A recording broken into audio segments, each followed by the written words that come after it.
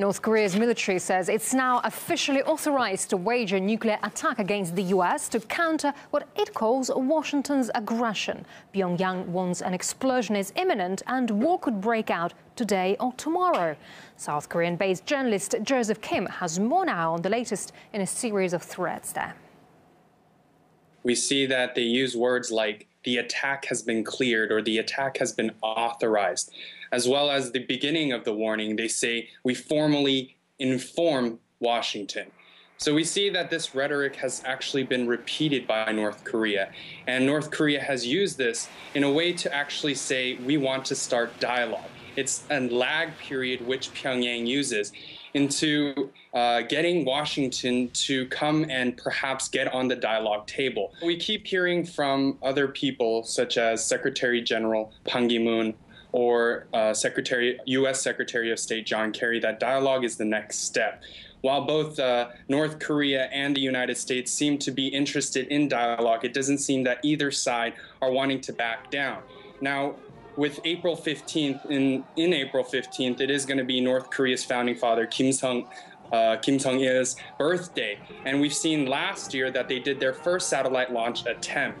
So I predict, and I think, as well as many experts, they say that something might happen in mid-April. Whether that will be an attack or whether that will be a celebration and easing of the tensions, we aren't quite sure yet. But it can be seen that historically they've done celebrations to mark certain things to happen. Whether it was the anniversary of Kim Jong-il's death, that was the third nuclear test. So we can see that something will probably happen in the next week or so.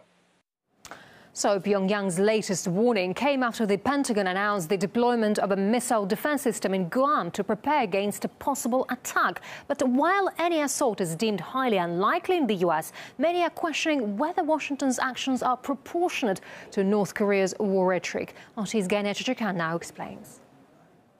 To North Korea's bellicose threats, Washington responds with an even more intense buildup of military power in the region. To that, North Korea responds with even more threats. Even though Defense Secretary Chuck Hagel called North Korea real and clear danger, the White House says they haven't seen any large-scale movements from North Korean military forces, suggesting that it may be just rhetoric. But while North Korea talks, Washington acts. Apart from F-22 fighter jets and other bombers that it sent to the region for the ongoing military exercises with South Korea, the Pentagon is now deploying an advanced missile defense system to Guam. Guam hosts a major U.S. military base in Asia. The North Korean Army has announced that it has the final approval for a nuclear attack on the U.S. As they tell us, North Korean rockets can't really reach the U.S. mainland, but they can potentially attack U.S. bases in the region. There are 28,000 U.S. troops just across the border in South Korea. So could we see the worst nuclear standoff since the Cuban Missile Crisis between the Soviet Union and the U.S. Even though the rhetoric is probably as hostile as it's ever been, no one really believes that North Korea is actually going to carry out an attack. North Korea itself knows that if it did an attack, if it attacked the United States, it would be committing national suicide.